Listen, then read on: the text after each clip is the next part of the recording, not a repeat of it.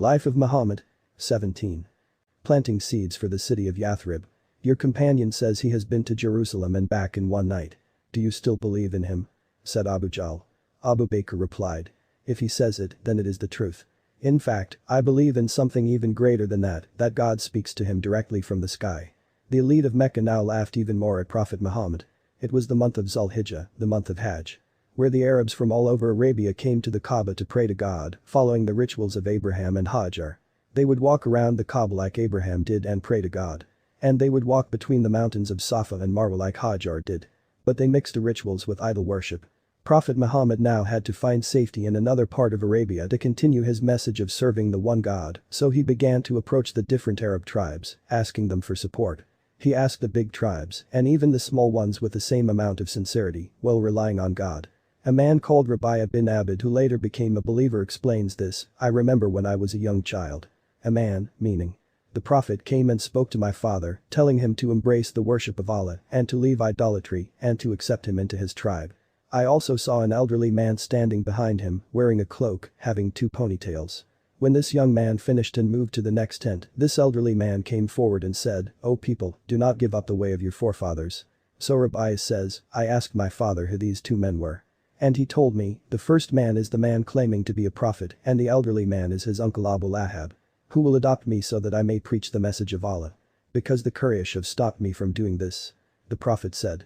Most tribes rejected him because they thought he was crazy. If his own uncle rejects him, then he must be a troublemaker. They thought. Yathrib. Yathrib was a city, a 1-week camel journey away to the north from Mecca.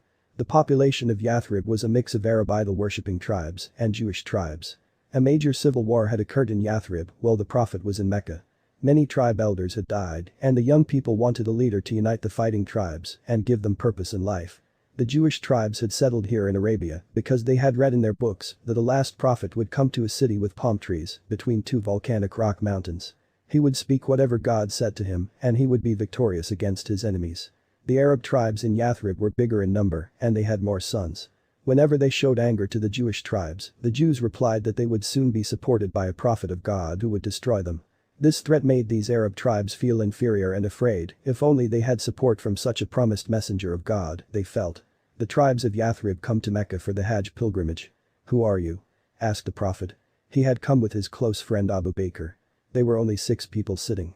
One man said, we are from the Khazraj tribe. So the Prophet asked, which Khazraj? Are you the neighbors of the Jews from Yathrib?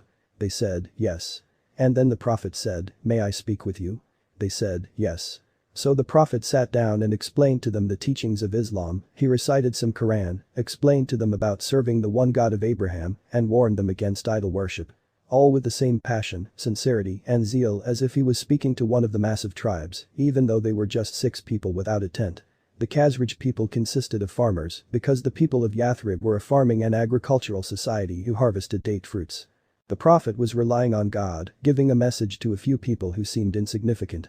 But some thoughts came into the minds of these men. The Jews had promised that a messenger of God was coming, that he would enter their city and he would be victorious over his enemies. Could this man be the promised one? They promised Prophet Muhammad that they would meet him again the next year, in the same place. The Prophet agreed. This small event would change the course of world history.